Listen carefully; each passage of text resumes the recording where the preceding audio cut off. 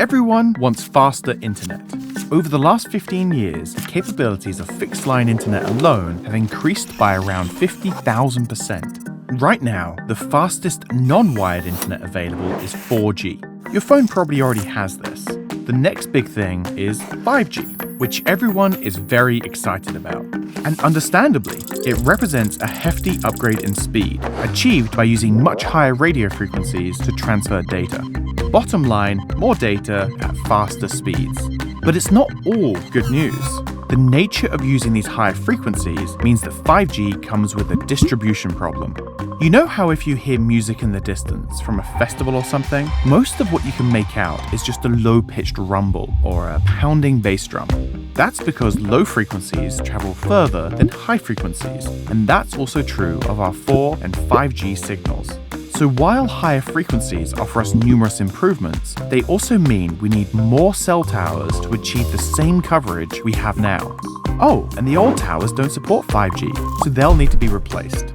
This all means that a huge infrastructure investment will be needed to offer coverage to rural areas. Realistically, that's money that companies just aren't going to spend. This disparity between internet speeds in urban and rural areas is already a big problem, and 5G only serves to amplify that imbalance. What we really need is a global alternative, capable of providing high-speed internet access across the entire planet. But the logistics of a project that huge make it seem like an overambitious, futuristic pipe dream that no one is going to want to take on. Except, who do we know who loves ambitious, futuristic pipe dreams? That's right, enter Elon Musk. His proposed solution is Starlink, a SpaceX-operated network of 12,000 satellites, which would provide high-performance internet access anywhere in the world to anyone with a small, affordable receiver. Satellite internet isn't anything new, but it's never really gained much traction because it's notoriously slow. That's because at present it uses satellites in geostationary orbit, approximately 35,000 kilometers above the Earth's surface. That's a really long way for your data to travel. But this is where the SpaceX plan differs. The network of Starlink satellites would be at altitudes between 550 and 1,150 kilometers.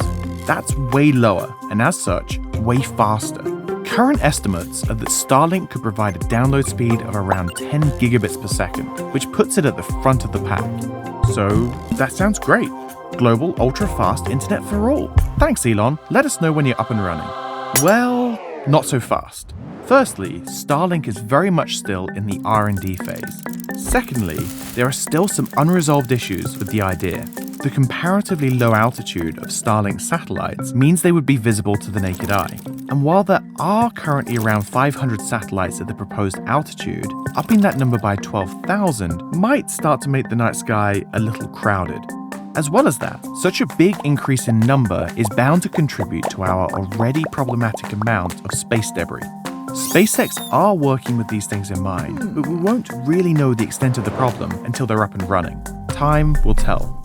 So right now, no one solution seems to solve all our problems. Geostationary satellite internet gives us far-reaching coverage, but at low speeds. 5G gives us high speeds, but with a limited reach.